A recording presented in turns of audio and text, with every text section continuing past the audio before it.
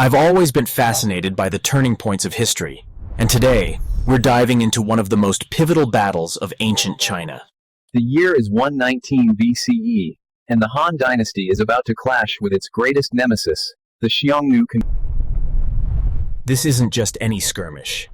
It's the Battle of Mobei, a confrontation that would reshape the Bashes. Let's set the scene. To the south, we have the Han Empire, a sophisticated agricultural civilization. To the north, the Xiongnu, a confederation of nomadic tribes, masters of the horse and the bow, ruling the vast steppes. For decades, these two powers have been locked in a deadly dance. But why does this conflict matter so much? Well, for the Han, it's not just about land or resources. It's about the very concept of civilization itself. The Xiongnu represent everything the Han fear. Barbarism at the gates, a constant threat. Enter Huo Qubing, our protagonist in this epic tale. Now, you might be picturing a grizzled veteran, but let me stop you right there. Huo Qubing is just 18 years old when he first takes command. Yes, you heard that right, 18. But don't let This young leader possesses a remarkable mind for strategy and courage that borders on legendary. Huo Qubing rose through the ranks at an astonishing pace, catching the eye of Emperor Wu himself. By the time of the Mobei campaign, he's already a proven commander with several victories under his belt. But this will be his greatest test yet. Now, let's talk about the man pulling the strings. Emperor Wu of Han. He's not content with just defending against Xiongnu raids. No, Emperor Wu has a vision. A China free from this threat, once and... But here's the kicker. Emperor Wu isn't just throwing armies at the problem. He's revolutionizing Han military doctrine. We're talking about new weapons, new tactics, and most importantly, a new focus on cavalry. The Han are learning to beat the Xiongnu, and Huo Qubing is at the forefront of this military evolution. Alright, let's set the scene for our epic showdown. The year is 119 BC. But here's the thing. Launching a massive campaign into the northern steppes isn't like taking a stroll in the park. The logistical challenges are enormous. We're talking about moving tens of thousands of men, horses, and supplies across harsh, unforgiving terrain. The Gobi Desert to the west, the grasslands to the north Thrul. This is Xiongnu home turf, and it's as hostile as it gets. Every step north takes the Han army further from its supply lines and deeper into enemy territory. It's a gamble, but Emperor Wu and his generals are betting that the potential rewards outweigh the risks. Now, here's where things get interesting. Emperor Wu doesn't just send one army north, he sends... To the east, we have the experienced General Wei Qing. But it's the western force that we're really interested in. This is where history is about to be made. The plan is audacious.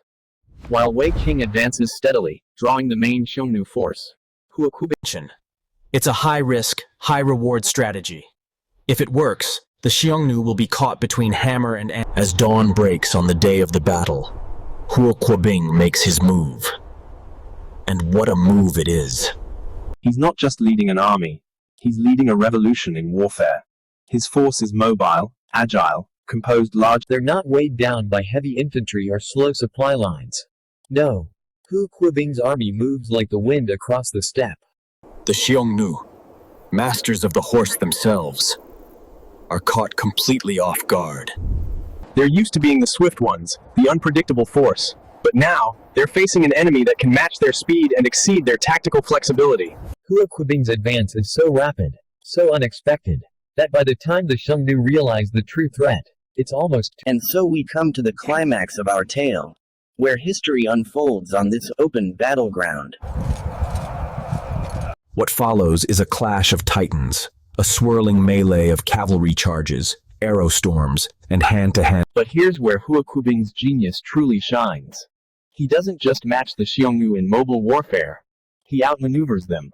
His cavalry units execute complex formations, feints, and countercharges that leave the Xiongnu and at the critical moment, Huo Qubing himself leads a charge right into the heart of the Xiongnu army.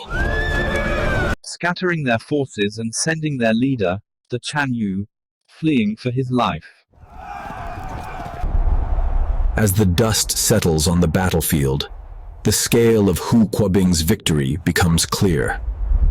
The Xiongnu army is in tatters, with thousands dead or captured. The Han seize enormous amounts of livestock, weapons, and other spoils. But more importantly, they've struck a blow to Xiongnu power and prestige that will resonate for generations. The Battle of Mobei wasn't just a military victory.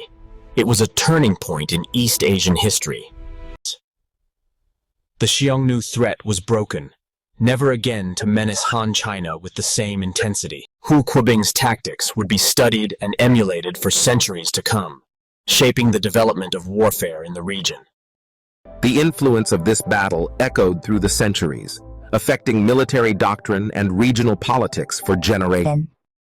Today, monuments and historical sites commemorate this pivotal moment in Chinese history. As we conclude our journey through this epic chapter of history, I can't help but marvel at the strategic.